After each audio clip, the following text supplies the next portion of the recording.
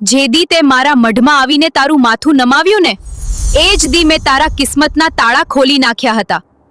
લોકો તારા રસ્તામાં પથ્થર નાખશે, પણ યાદ રાખજે, હું એ મેલડી છું જે પથ્થરને પણ પારસમણી બનાવી જાણું છું. તારું રડવું મેં સાંભળ્યું છે, તારી મજબૂરી મેં જોઈ છે, અને હવે તારો ન્યાય કરવાની વેળા મેં જોઈ છે. અરે બેટા, આ જગતની કોર્ટોમાં તો વકીલો અને પુરાવા જોઈએ, પણ મારી મેલડીની કોર્ટમાં તો માત્ર તારો વિશ્વાસ જોઈએ.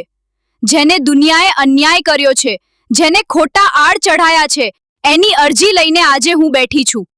તારા દુશ્મનો ભલે ગમે એટલા મજબૂત હોય, પણ યાદ રાખજે કે મારી કોર્ટમાં તારીખ નથી પડતી, સીધો ફેંસલો આવે છે. અરે બેટા, આજે દુનિયા માટે રવિવારની રજા હશે, પણ તારી ઉક્તાપોરની મેલડી માટે તો તારા દુખડા કાપવાનો દીંગ છે. જેના માથે મારો કાળો ધાબળો હોય ને, એને રવિવાર હોય કે સોમવાર, કાળનો પણ ડર નથી હોતો.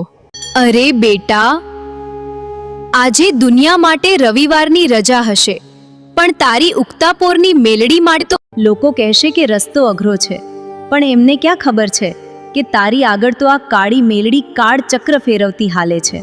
જા, તારું કામ થઈ ગયું સમજજે, કારણ કે તે મને યાદ કરી છે. મારો વિશ્વાસ રાખજે, હું તારા વિશ્વાસનો દીવો ક્યારેય બુઝાવા નહીં દઉં. બોલ જય મેલડીમાં. અરે દીકરા, ગભરાય છે શું કામ? તારા નસીબની રેખાઓ ભલે ગમે તેવી હોય, પણ એ રેખાઓ જેની હથેળીમાં જ છે ને, એ હું મેલડી છું. દુનિયા તારો સાથ છોડી દેશે, પણ હું તારો હાથ ક્યારે નહીં છોડું. રવિવારનો સૂરજ સાક્ષી છે, જેણે મારો પલ્લો પકડ્યો છે એને મેં ક્યારેય રડવા નથી દીધો. બસ તું વિશ્વાસ રાખજે, તારું કામ દુનિયા નહીં પણ તારી આ મેલડી કરશે.